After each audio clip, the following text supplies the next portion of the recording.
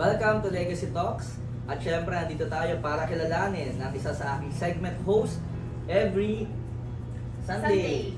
Okay, so di ko patatagalin, pakikilala niya ang sarili niya. Of course, si Hannah Banana. Hello guys, I'm Hannah Grace and I will be your segment host every Sunday. So ano ba yung expect namin sa show mo every Sunday? We will talk about a lot of things, guys. We'll talk about games, online games, mental health, because I'm a psychology student, and I'm also a freelance model, so you can ask about freelancing, guys. So yun, so expect natin pag-usapin mga Dota, ayan, Valorant, ano pa ba? ML, GTA, ML. lahat ng games, guys. Yes, saka mga philosophers, ayan, saka mga pilosopo, yan. Every Sunday, pag-uusapan natin yan. So, promote mo naman, i-plug mo naman ng social media accounts mo so they can follow you.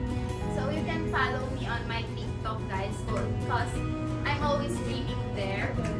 It's Hannah Banana 777, and my Facebook account is Hannah Grace.